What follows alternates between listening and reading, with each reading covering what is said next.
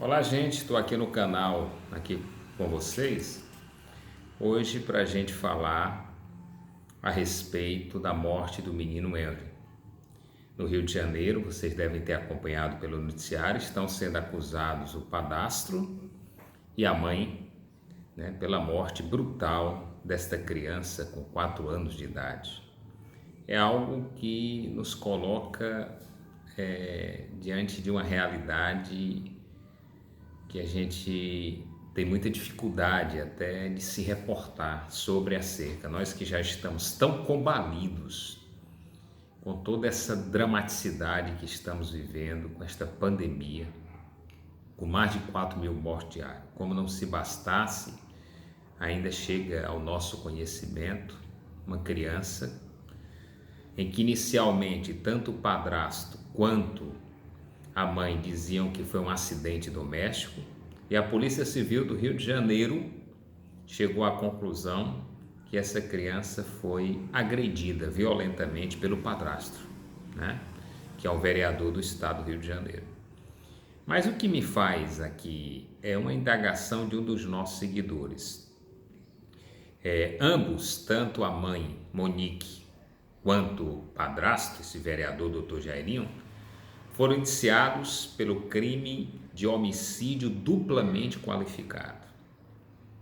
E a pergunta que me foi feita é: ele sim praticou os atos, ele agrediu, ele vinha agredindo a criança. E a mãe, por que tem que responder pelo homicídio se ela não praticou os atos? E aí eu queria exatamente dizer isso para vocês, voltando às minhas lições do direito penal, que a gente não só pratica um crime quando faz atos que terminam culminando com que aquela ação delituosa seja consumada.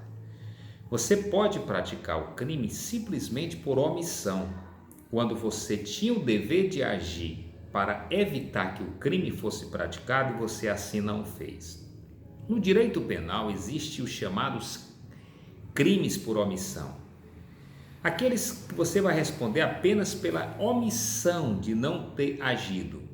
Mas quando você não está na condição de garantidor, é o do artigo 135 do Código Penal, de repente você vai, assiste uma briga e as pessoas, um mata o outro, e naquele momento você nada fez para impedir. Mas nesse caso você não tinha uma função de garantidor, era uma pessoa comum. Então você vai apenas responder se, por exemplo, não prestou socorro ou coisa dessa natureza, um crime por omissão. Mas há aquelas pessoas que são colocadas no lugar de garantidores, que elas têm um dever de agir. Por exemplo, um policial está assistindo um assalto, E ele estava no trabalho e poderia ter evitado aquele assalto, desde que aquilo não fosse um risco, quer dizer, não tinha lá 8 marginais com rifle superpotente e ele com arminha pequena, ele não tinha como agir porque ele iria ser morto naturalmente. Mas se ele podia intervir naquele assalto, assim não fez, como ele está numa situação de garantidor, essa omissão dele tem relevância. Então, qual é o crime que ele iria responder? Ele iria responder pelo crime de assalto, do artigo 157, exatamente igualmente àqueles que praticaram, porque ele estava na função de garantidor. Então, no caso da mãe do menino Henry, ela teria que ter agido. Aí é que a gente se socorre do artigo 13, parágrafo 2º do nosso querido Código Penal brasileiro, que ele vai dizer que, lá no 13, parágrafo 2º, tentando trazer em miúdos para vocês que não têm mais afinidade com o direito, que a omissão é penalmente relevante quando o omitente devia e podia agir para evitar o resultado, como foi no caso da mãe do garoto, que vinha sabendo que essa criança estava sofrendo já torturas pelo padrasto, tinha conhecimento do fato, conforme foi relatado pela babá, e ela não protegeu a criança. Nesse caso, ela tinha por lei obrigação de cuidado, proteção e vigilância. Além da criança estar sob o poder de família dela, ela tem essa responsabilidade.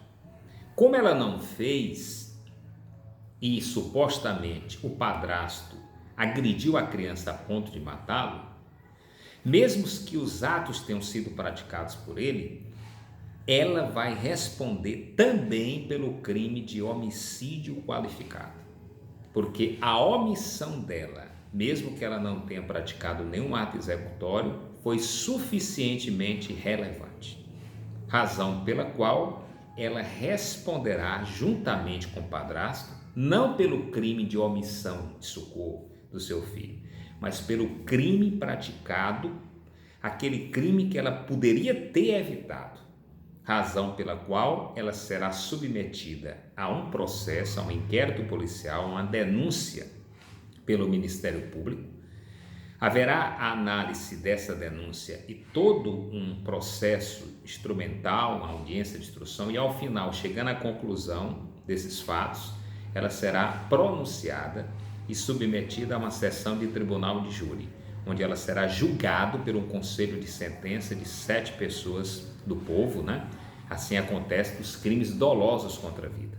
Mas o que eu queria deixar muito claro, além da indignação ao crime cometido, é as pessoas perceberem que não só responderão pelo crime aqueles que praticam os atos, mas é possível você responder, mesmo que não tenha praticado os atos, desde que você esteja na condição de garantidor. Assim é o pai em relação ao filho, assim é o salva-vida em relação à pessoa que ele deveria proteger, o policial em relação àquele que está submetido a uma ação criminosa.